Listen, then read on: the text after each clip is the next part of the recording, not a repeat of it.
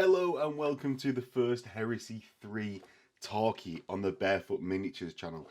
Today we are going to be going over the best and worst bits of Heresy 3 as I have experienced them so far. So stick around for that.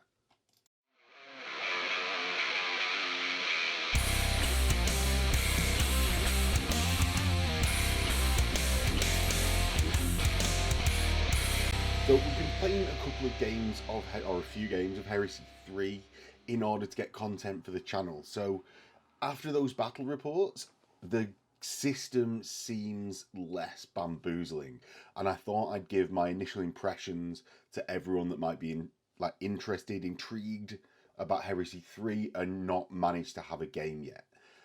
And hopefully relevant to both if you've never played Heresy before, or if you've played Heresy 2, or just Heresy 1, Joe. So, before we get into that, if you do want to support the channel, there is a Patreon link below, as well as YouTube memberships where you can get yourself dice, access to the Discord, early release videos, Patreon and YouTube membership exclusives. And if you want to support the channel by just buying what you're buying anyway, there is a Hobby Workshop affiliate link below where I just get a small portion of that for directing you over there.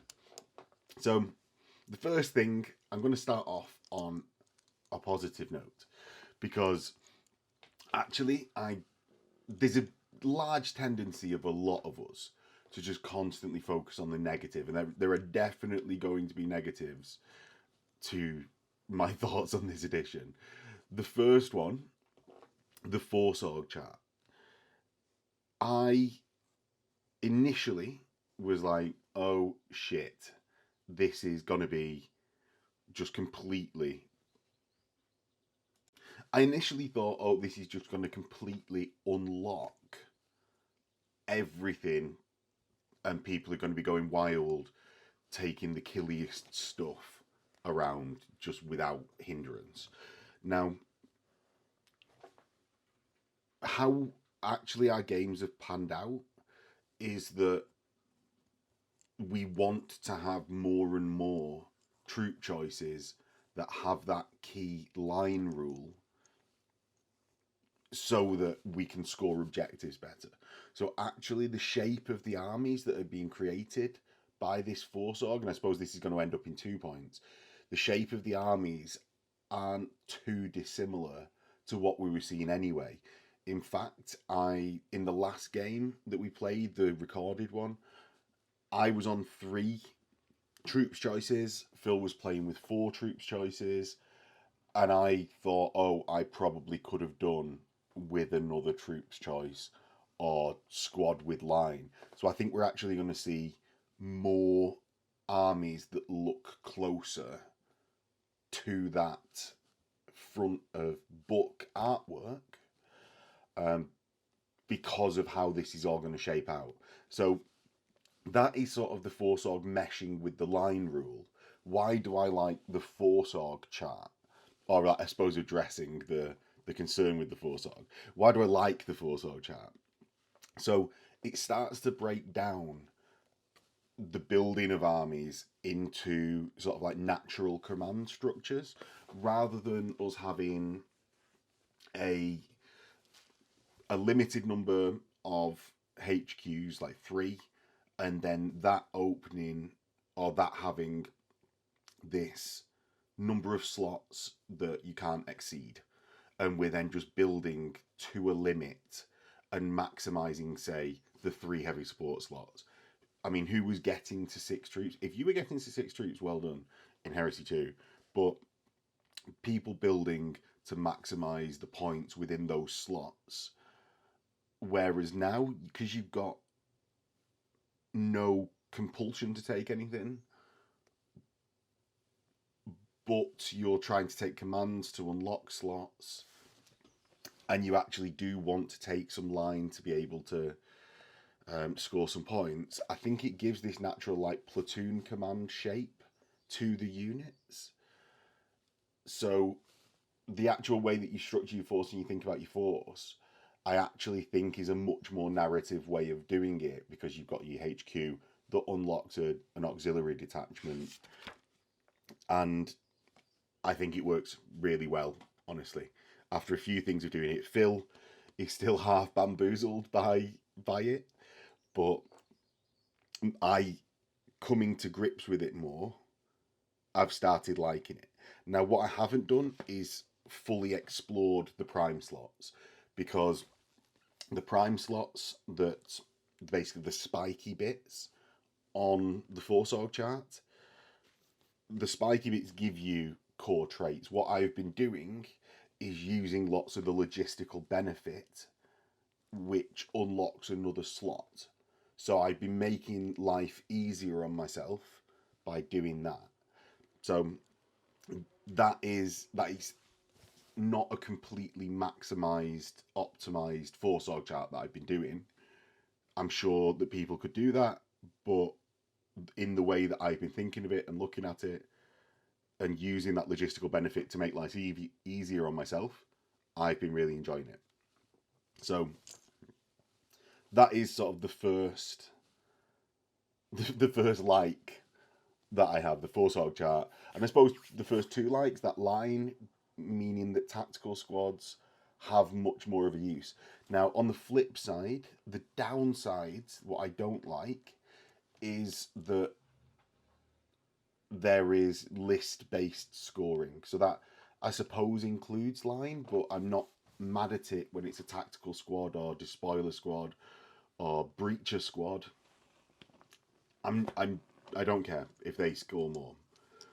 What I don't particularly like about this list-based scoring is Vanguard. It's, for anyone that's not played it, is that Vanguard gives you points if your unit kills an enemy unit that is on an objective. So Terminators, for example, Justarian, have Vanguard 4. So if they charge and kill an opposing unit that is on an objective, they gain 4 victory points for you. What that seems to do is mean that actually, in too many times for my liking, you don't put your tactical squad on that objective, because actually what happens is the Terminator squad getting 4 Vanguard, my tactical squad moves onto the objective, scores 4 points, the Terminator squad wipes them off and then scores 1 more point for just controlling the objective for 1 point or 2 points. So I suppose scores 2 more points. I don't think that killy units needed a buff. I'm happy for tacticals to make the game's points higher. To make killing units just have a bonus for killing more and not shaping tactically the board at a cost to the squad. Hopefully that makes sense. I just don't think that addition was needed. And by which I mean tacticals might want to run onto an objective, even if it causes their death, to score those points for your side. I think that is a thing that might need to be rewarded. Whereas Terminators, either way, I want to kill those squads. So I don't think they need to be rewarded for that, because the Terminators have no downside for performing their function. The tacticals do. Right. That is sort of all rolled into a ball the first best and worst bit. And it was 2 best bits included in that. And I'm going to keep going with the best bits, right? Let's do another best bit. I'm not going to do 2 bad bits in a row.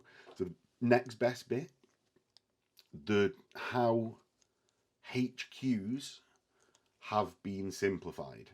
So other than unlocking command slots, HQs have had a lot of their special rules taken away. Essentially, what you're going to be finding in list building and how you need to start thinking about HQs is that they are all a marine with an improved stat line and maybe a piece of war gear that helps out. So siege breakers now are people that they've got an improved stat line, they've got a couple of bits of war gear, They don't give you Sunder like they did in Heresy 2. What they do is rock around with a Cognisignum, an Augury Scanner. They've got a Thunder Hammer built in to them, and they've just got the improved Centurion stat line with no particular bonuses to that stat line over other Centurions. Now, looking at the Chaplain, for example, we've got a Centurion stat line. However, your cool is much improved to 10. And kind of laughably, your intelligence goes down to 7. Suppose there is definitely an in-joke there. Maybe not an in-joke, in fact. And the difference for your war gear is that you've got a bolt pistol, Crozier Arcanum, and those are the special pieces of war gear. There's not the hatred being gained for those units. Now, this... there's all going to be positives and negatives to this, isn't there? There are a couple with special rules like Heralds, which gain victory points by being in challenges. I mean, it's weird that someone else doesn't defend the Herald to gain a victory point, but there are a couple with special rules, but they're certainly not overwhelming like I would say that Heresy 2 was, in that in Heresy 2, I found you were very much building special rules stacks to put into your mega unit, whereas the games that we've had have sort of been back to Heresy 1, which I much preferred, like this bit of Heresy 1, in that you have your unit, your special character is a special character that does something, or your Centurion. They just add to their own combat powers to the squad. They don't just buff the entire squad largely and create these stacks of special rules that you're looking for your Death Star of stacks that I didn't like in Heresy 2. It feels less like... it feels less card game-esque. The exception to that is that obviously we do have some special rules in the Legions list. It's only a few units, so I'm not really counting it. Mech and Solar do have special rules on most of the HQ options.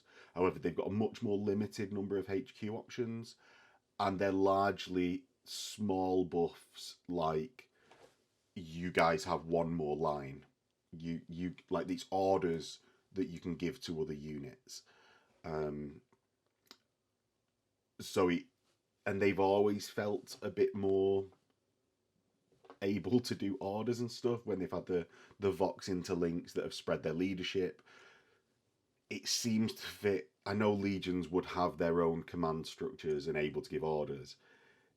Solar have got to have something to make them all right. So I'm not mad at it. I think it actually fits quite well in the Solar list, because I've not got to remember 15 different consoles' special rules. I just need to remember the stat lines or what weapon they've got. In addition to that, we gain a new Centurion, or not Centurion, an Optier. I think we saw them at the tail end of Heresy 3, and basically it's like a lieutenant level, like it's a junior officer that is... he's like a 2-wound officer. Centurions have all gone to 3 wounds to make space for the Optier to have 2 wounds, which is like a veteran stat line. They are going to be in power armor with no refractor field. I think in like Rosius, like the old Chaplain invulnerable save, but no, it's a refractor field, isn't it? Like the guard saves. So yeah, we've got the Optiers that are just a cheap HQ choice. That's going to allow you to interact with that Force Org chart and unlock auxiliary detachments cheaper, because it's only 50 points, as opposed to, say, a Centurion potentially being 100 points in Terminator armor, or 80 points in basic power armor. So it's a much cheaper option to unlock those auxiliary slots. Now, if everything's a stat line, why would I ever take a Centurion? So, tying into the previous point, Centurions have officer of the line because their job is command rather than, say, the chaplain who is tending to the needs of the flock. We've got officer of the line, and that unlocks the number in brackets number of auxiliary detachments, not just one like every other HQ. So essentially, the Centurion is in command of 2 auxiliary detachments. And actually, when I'm writing lists, I've found myself wanting to take a Centurion as often, if not more often now, as all the other choices. Because actually it just makes list building easier, which isn't a negative. There is thought to unlocking the slots that you're unlocking, and with everyone being sort of just a combat bod or just doing what their role entails, the Centurion isn't a massive downside by not having a special rule to stack on. They are just like everyone else. They are just another combat bod that is doing their role, not adding to the mega stack of doom. So, that's the positive. The negative, and it's definitely there. All of the HQs, like Centurions, Optiers excluded, because they get more selection in what they want from their war gear. All of the other HQs, including a lot of Legion special HQs like the Warsmith, but I'm more talking about librarians, chaplains, champions, everything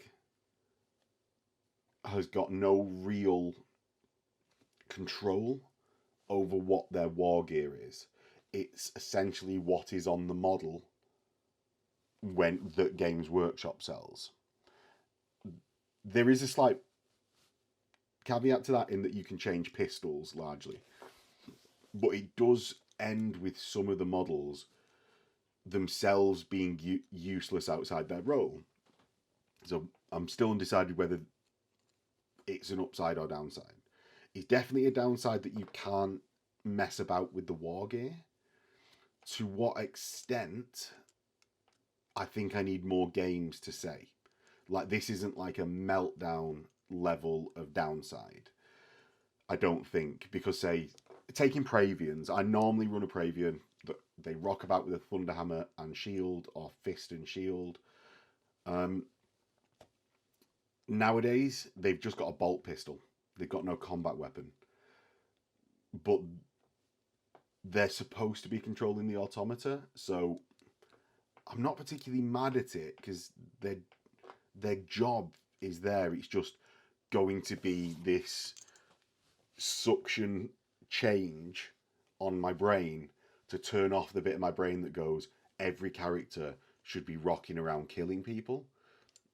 There is still that left over in my brain, and I think now we've got to turn that off and look at what the characters, for what their role is, rather than just every character rocks a Thunderhammer. I'm going to call that a downside of the edition. It might grow to be something that I like, because I'm not mad at it, as I say, on the Praevian, the Master of Signals. The Chaplain, when I've used him in combat, has been completely useless just with a power mace. It's when you get stuck with that sort of thing. I suppose the Crozius is a better power mace, but he's still as rubbish as a power mace. It's going to be weird to wrap our heads around that is a change.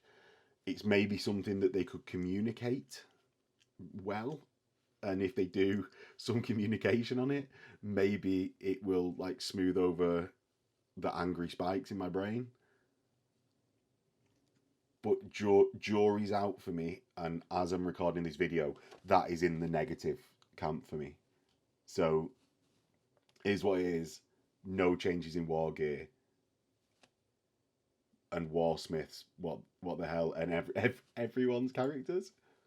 Right, that was a sort of medium annoyance, if not a neutral. So I'm going to give you next what I think is my absolute most hated part of this edition. And to me, it is huge. The terrain rules. So, on initial read of the terrain rules, I was like, "Oh my god!" They've done the seeing a number of inches through the terrain, which like is something that I've been doing on channel. So I quite like that bit. Looking at that is, however, tied to the cover saves directly. So you've got light cover, which doesn't block line of sight and gives a 6-up save. You've got medium cover that blocks line of sight so you can't see more than 3 inches into it and gives a 5-up save. And then you've got heavy cover, which entirely blocks line of sight and gives a 4-up save. So this is going to be an imperfect way of demonstrating it, but you can see these tiles are 2 inches each. So if my tactical marine is stood this side, because then I can hold it with one hand. My tactical marine is stood here. I can be seen in medium terrain 3 inches from either side. I can be seen, because I'm within 3 inches of the edge, from camera right. That's my right. Camera this side. But seeing through medium terrain that way, I can't be seen because I'm over 3 inches, because I'm 5 inches in, can't be seen. Now, if this was heavy cover, I'm stood there, I can't see in any direction. My opponent can't see me, I can't see my opponent. Because it's not seeing just into the terrain, it's seeing through the terrain. So, heavy cover just entirely blocking line of sight means that all of our ruins and stuff are medium. Now, there's 2 downsides to this. So, number one, and there's going to be a few downsides to this terrain bit. That blocking of line of sight has real weird interactions with scoring objectives when an objective is near terrain. So it means that you can hide easily within the terrain while scoring objectives. I think objectives are going to have to be more within the open than we're used to, rather than being on terrain features and key features of the battlefield, which is how I see a lot of terrain objective placements placed.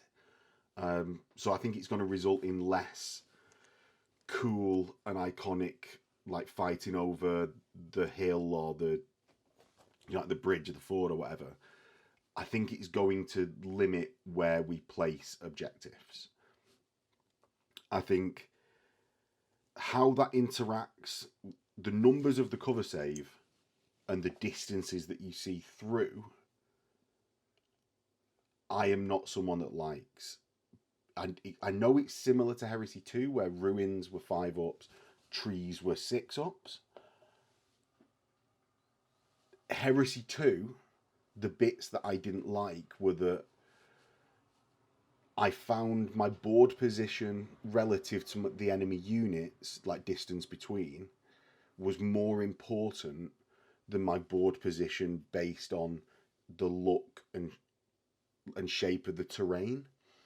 The terrain was almost an afterthought, a byproduct of where I wanted to place the unit, because the terrain didn't save often enough to be worth really thinking about, versus how close is that Terminator or Primach getting to me? I'll move forwards and backs. I'd prefer to get shot with a few like plasmas and be out of cover. Whereas I think actually those should be like equal levels of danger. I think getting shot with some plasmas, if I'm in a building, quite happy for the building to save most of them, like be a 4-up save. It'd be extreme a push to argue that it should be a 3, but I wouldn't. I'd be more unhappy it being this way than it being a 3-up save in a fortified building, because that will start to shape how we move our units across the battlefield using terrain. Like all of the novels, the Marines don't just stride forwards against other Marines. I know in Astartes they stride forwards against the Lasfire, but against other Marines, they're taking cover and behind sections of masonry and waiting for their chance to move forwards. Whereas I don't think we see that as much in Heresy 2 or now 3. So that's like the level of save that we get from buildings.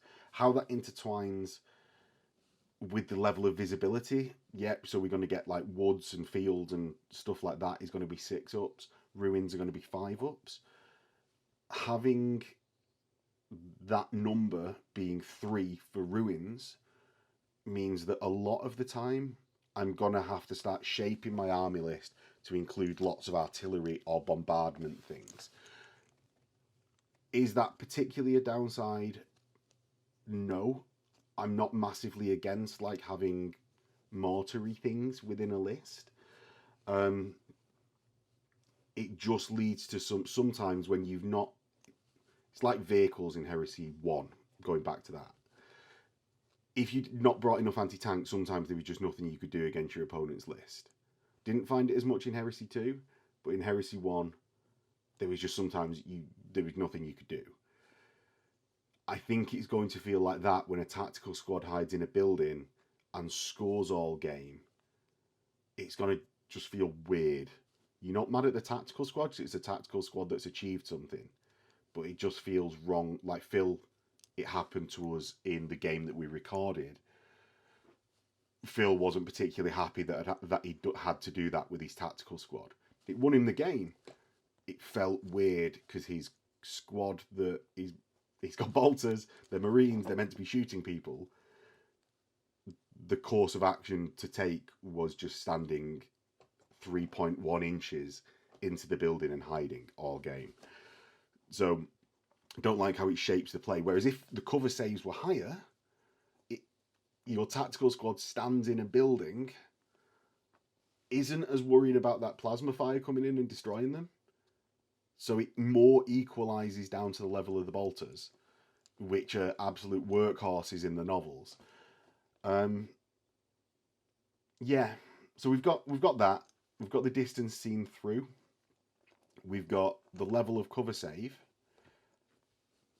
We've only got one type of terrain now. Other than in tax buildings, we've got areas of terrain.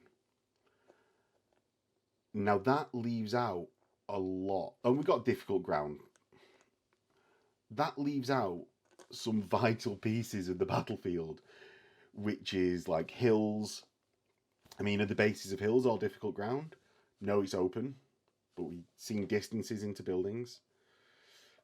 We've not got hills. We've not got linear terrain features. So let me give this one to you. So sandbags and trench lines are going to have to be medium cover.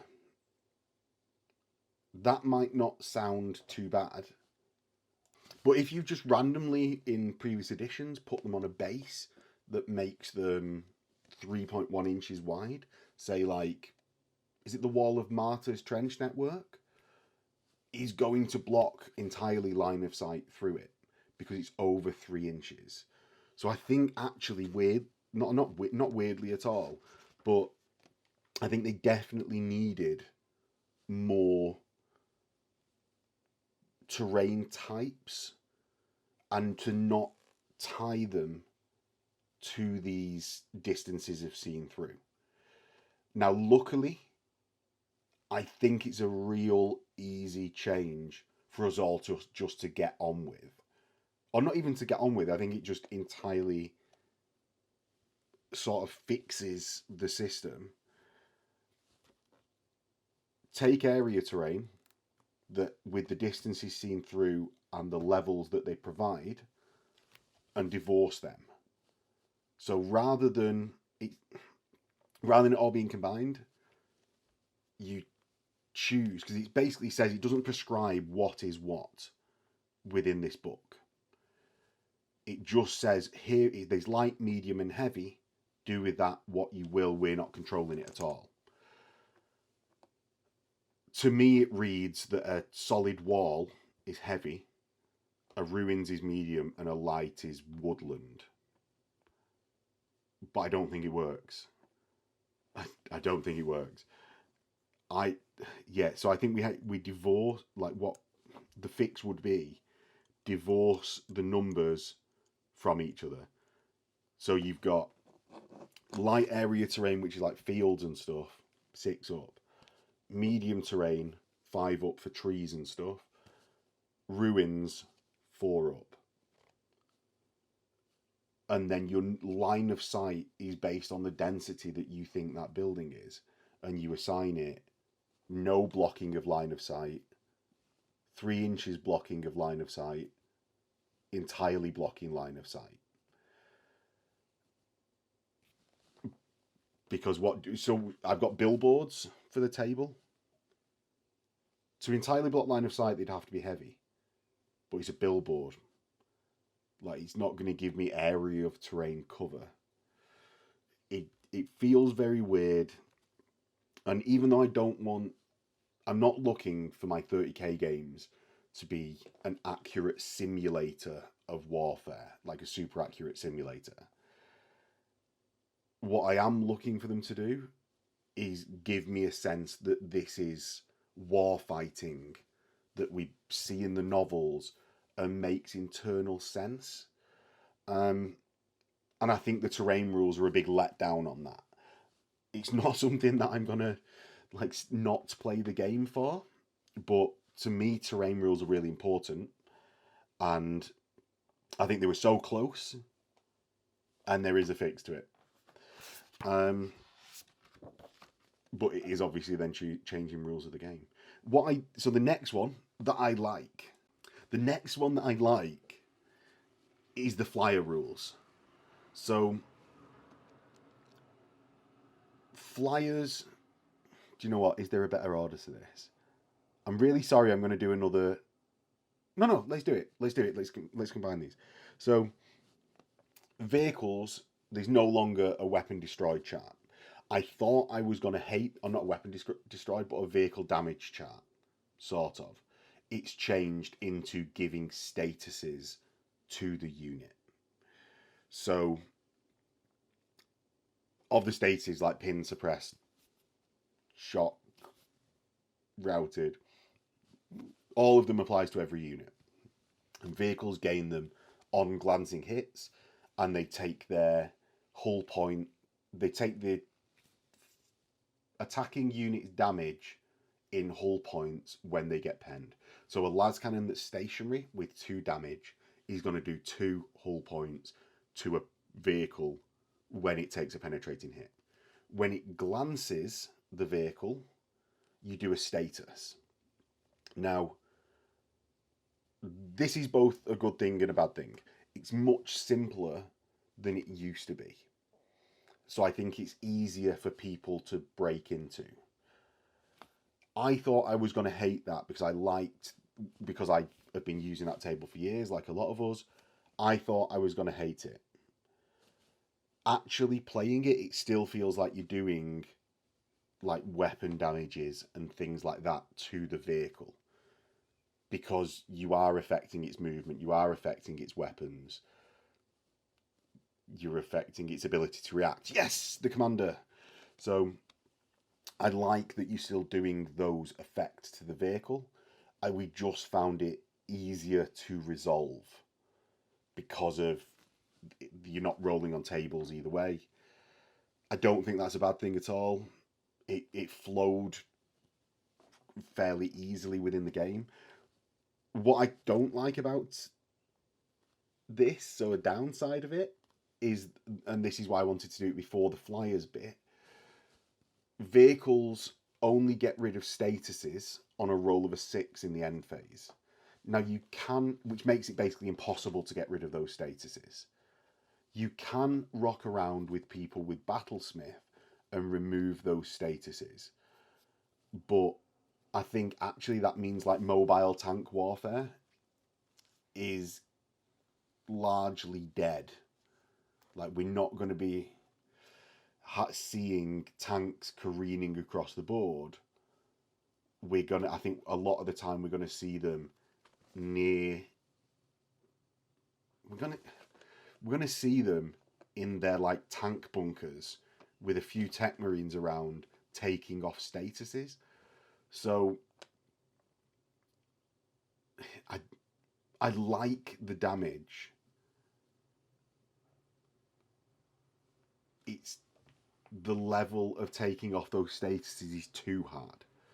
Maybe it needed to be a 5-up or a 4-up in the end phase rather than a 6. Because I'd like to be able to like push my predators forwards. Yes, it works. I think we're going to see loads of Vindicator laser destroyers because they want to stay still. Predators and things like that, they sort of feel like they should be moving about. And I don't think we're going to see that as much this edition, especially with how the heavy and ordnance rules work for adjusting your weapon stats. So flyers, on the positive, I think they work really well. They come in, do attack runs, and leave the table, all within their own turn. Their attack runs, their embarkation, like combat drops, are all different things that happen within your turn, then they fly off. To get that to a workable slot, they ignore statuses, which I think works really well for flyers. And having them all done within one turn suits flyers much better, I think, than having this thing that sort of weirdly moves around 18 inches at a time on a tiny battlefield that we're playing on in the scale, which just never made sense. Whereas having them perform these attack runs and then go, and having now the ignoral of statuses, they've got 5-6 hull points. They are survivable enough to be doing that, not just getting blasted out of the sky by interceptor, unless you put them in range of multiple interceptor units. I think they work really well in our two games that we've played with them. I really like how flyers feel, and that's such an integral part of how Marines operate, is having, like, especially if we look at other systems like Epic, Legions Imperialis. I know they're sort of the same game, but also sort of not. How we've seen Marines represented is that they gain air superiority, sort of like Allies World War II, and then use that to hammer their opponent's much heavier tanks. Marines are very much like that. So having flyer rules that work in a Legion-based game, I think, is really necessary. Right, that's that.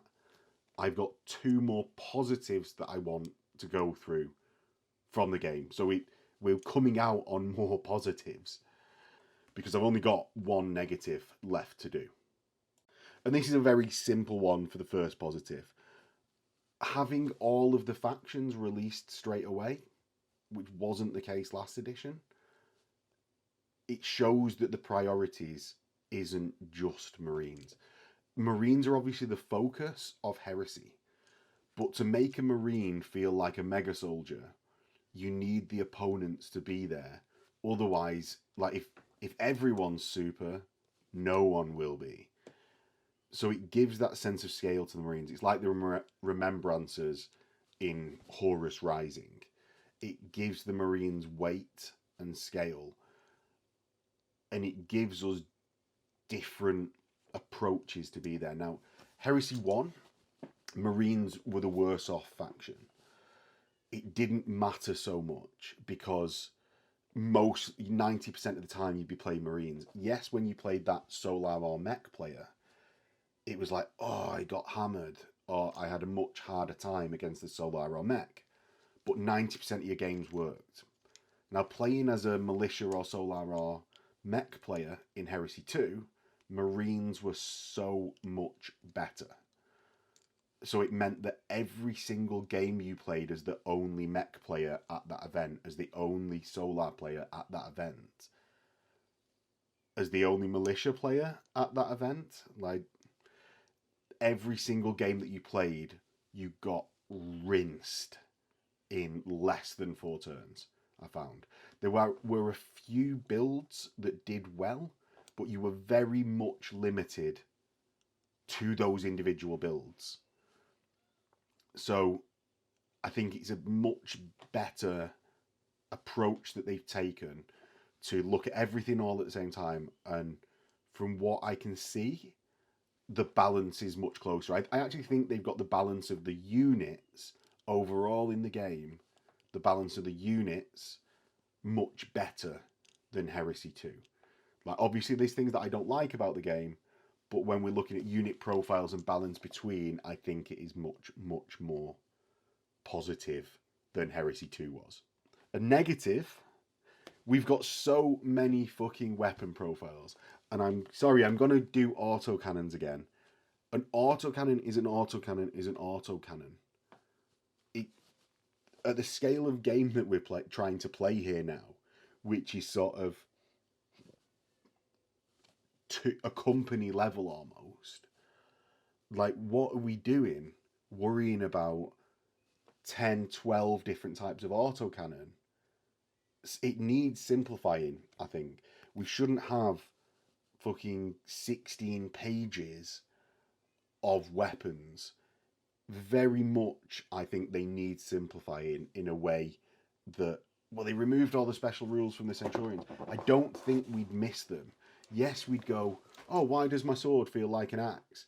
Well, they all feel the same at the end of the day in this scale, because we're actually playing with like 50, 60 Marines on the table. And if you're not now, you probably will be. So I think it needs simplifying. It's really overfacing. I think we've got more weapons in Heresy, think of this, than they do in Necromunda. Necromunda is very much about granular detail of your 8 blokes and blokettes that are running around the Underhive, and you're focusing on those few models in this skirmish game. Like, that is a game where you can choose to lie down. Whereas Heresy, on this platoon company level, do we need that granularity to have like 100? I'm going to say 100 weapons, but whatever it is, it's more than Necromunda, and I don't think it adds positives to the game. So that is the downside. Back to an upside. Do you know what? I'm going to do more of these. Primachs have been much simplified. They follow characters. It's no longer a 2-page, massively rules dense. Their Sire of the Legion rule is largely simplified to, if you take 4 of these units, they're all prime slots. So for Perturabo, it's you take 4 Despoiler or Tacticals, they're prime slots. Horus, Despoiler Tacticals, they're prime slots. I think Dawn includes Breachers. Sanguinius Assault Marines. You take 4 for your troops, they become prime slots. And you can either you can do those prime benefits to gain logistics, to have a much freer chart. You can increase their soft scores with those prime benefits. It's more control of your units for making them feel like they're at the head of an army. And actually, I think you're going to want to take those troop slots anyway. Right. You also get a small bonus to your entire army from that Primarch. So it's like Horus gives +1 to your entire army's move. And Horus, being the War Master, gives +1 reaction to the army. That's it. The rest of his stuff is his weapons and stat line. We've not got a block of text like that explains that he's got a 4-up invulnerable. It's just a 4-up invulnerable is written there. Because we don't need that massive thing to wrap our heads around and to have to read through to realise, like, I don't need this text. It doesn't have to be in there. I think it's a massive, massive bonus for units that were getting overly complicated. Again, like the Centurions, but I wanted to specifically mention it for the Primachs because they're such big parts of the game. Now, the final thing that I want to draw attention to as a positive for the game is page 316, which is the designer's Afterword. Now, this is... Do you know what? I said that in such as if it's going to be like a really preachy way, and it might sound horrible to some of you. We've got the first line of it, that Heresy is first and foremost a narrative experience. It's about retelling the epic battles and crushing defeats of the Age of Darkness and being about creating your own legends of heroism and villainy. Why do I think this is a massive positive for the game? There's no arguments about intentions. What they seem to have done within the entire book and how they've written it is tried to give us a short form explainer text of their intentions and then the long form of how it works. I don't think they've always been good with that. I think they've definitely made mistakes in it. They've definitely been flippant with terminology. Saturnine armor, for example, has a special rule that the explainer text, the simple explainer text says it reduces the damage of incoming shots. Now, damage is a thing. Now, the long form explainer says it reduces the strength of the incoming shots. Now, so I don't think that's successful. They've definitely not done it like 100% successfully. However, I think they've tried to do it, and I think that's a positive thing for the game, is to cut down on uncertainty. Now, why I like that they've said that it's a narrative experience is it sets the tone to approach the game from. It's not going to stop anyone, if you're watching this and you're like, but I like more competitive play. It doesn't fucking matter what they've written here, but also it sort of does matter what they've written here. If you want to play more competitively, it's a tabletop game in a book that you can just take from it what you will. You can play from it competitively. But we get to understand by that statement what they have intended from the game, what to expect from the experience. They have not balanced it like chess, and we shouldn't be expecting that. I mean, I'm someone that believes that they do need to balance narrative games really well, because I should have the option to take anything in my list and it do reasonably well. What I'm not expecting with a statement like this is to go out and optimize my list and expecting the overall game to not become weird and janky because I have tried to optimize my list. Because I think if we go out and all try and optimize lists in this, we might end up in a situation where we all have 30 Optiers and 30 tactical squads because they've all got line and you can't remove my line fast enough in 4 turns of the game. Now, yeah, I just think that statement is important and brilliant for a YouTube channel that talking about the importance of this statement, I'm getting wrapped up a little bit. So obviously brilliant communicator. But no, I think it's important to understand their intentions with the game, how we should be, not how we should. That's why I'm getting wrapped up. Is I don't want to say we should be approaching it in this way. How they've intended us, how they've intended to write the game for how they've intended people will approach it. When you approach it outside those bounds, the game might and probably will break down, because I've not seen a Games Workshop game not break down yet when we've tried to break it. So it's good to know where they're coming from. It's good to know that intention of heresy is the same as in the Fable Time of Bly, where it was a narrative-based game. They were looking for those narrative experiences. It gives you out there more carte blanche to just go and do what you will with these rules. I'm going to be playing a bunch of standard heresy for a little bit with some narrative injected, like with some narrative used in there, and not changing the individual rules. And by which I mean like putting massively weird scenarios in. We might do bits of scenarios like attack and defend and stuff rather than just like battle lines clashing. Like we'll see. It's just nice to have that statement, you know.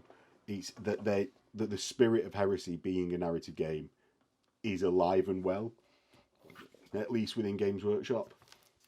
But as a wrap up, the positives of this game, I think, by far outweigh the negatives. I think an adaptation to the weapons profiles and number of weapons, an adaptation to the vehicles, like, I mean, that, I think, removing the status of the vehicles, we've got to see over time whether tech marines bog people down enough that we don't see vehicles, or whether you just actually, we much more often get penetrating hits. Maybe it doesn't matter, vehicles get statuses because only 1 in 3 stops me from shooting. Maybe we still see vehicles because of that. I'm willing to give a go a lot of the downsides because they're not that extreme. The only notable exception for me has been terrain. And I'm going to be doing 2 things to address that. It's changing my army list to include more like barrage type things to like from a game perspective. And I'm going to be playing these terrain rules with an open mind for a bit, because initially my reaction was, I'm not fucking playing these terrain rules. They're garbage.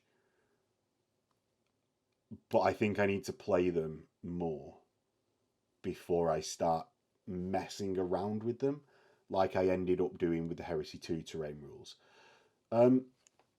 If you've reached this part in the video, thank you very much for getting to this. Well done for sitting through that, hopefully not drivel, but hour of enlightenment, or however long it was. If you want to support the channel, as I say, there is the Hobby Workshop affiliate link below, as well as the Patreon and YouTube membership options. And with that, I will catch you in the next video, where hopefully I'm going to be going over list building. It might just be a short one. Prepare to forget everything you already know. In a bit.